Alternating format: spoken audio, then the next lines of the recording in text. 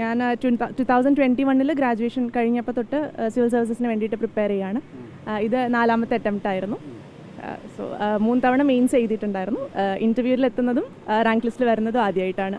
ഞാൻ അമൃത IAS ആയിട്ട് ആദ്യം അസോസിയേറ്റ് ചെയ്യുന്നത് ഇത്തവണത്തെ മെയിൻസ് ടെസ്റ്റ് സീരീസിൻ്റെ സമയത്താണ്. അപ്പോൾ അവിടുത്തെ ഫീഡ്ബാക്സ് വളരെയധികം ഹെൽപ്ഫുൾ ആയിരുന്നു. ആൻഡ് ഷെഡ്യൂളും വളരെയധികം ഫ്ലെക്സിബിൾ ആയിരുന്നു. അപ്പോൾ അത് എനിക്ക് തോന്നുന്നു മുന്നത്തെ അറ്റംപ്റ്റുകളെക്കാളും നന്നായിട്ട് ഈ വർഷം മെയിൻസിന് പെർഫോം ചെയ്യാൻ ഒരുപാട് സഹായിച്ചിട്ടുണ്ട്.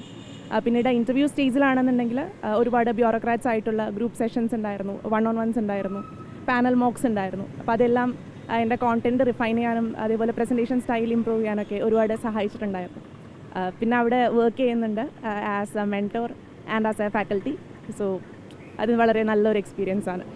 അത് നല്ലൊരു ഫീലിംഗ് ആണ് ആക്ച്വലി. കാരണം നമ്മളിപ്പോൾ ഒരു 3-4 വർഷം ആയതുകൊണ്ട് ഒരുപാട് മിസ്റ്റേക്സ് നമ്മളുടെ ഈ ഒരു പ്രോസസ്സിൽ വരുത്തിയിട്ടുണ്ട്. അപ്പം അത് ഇപ്പോൾ പുതിയതായി പഠിച്ചു തുടങ്ങുന്ന കുട്ടികൾ അതേ മിസ്റ്റേക്സ് വരുത്താൻ സാധ്യതയുണ്ടെന്ന് തോന്നുമ്പോഴോ അല്ലെങ്കിൽ വരുത്തി ഇരിക്കുമ്പോഴൊക്കെ അത് അവരെ പറയാനും നമ്മുടേതായിട്ടുള്ള രീതിയിലുള്ള സജഷൻസ് കൊടുക്കുമ്പം അവർക്കത് ഒരുപാട് ഉപയോഗപ്രദമാവുന്നുണ്ടെന്ന് അവർ പറയുമ്പോഴൊക്കെ it's a very good feeling to help other people.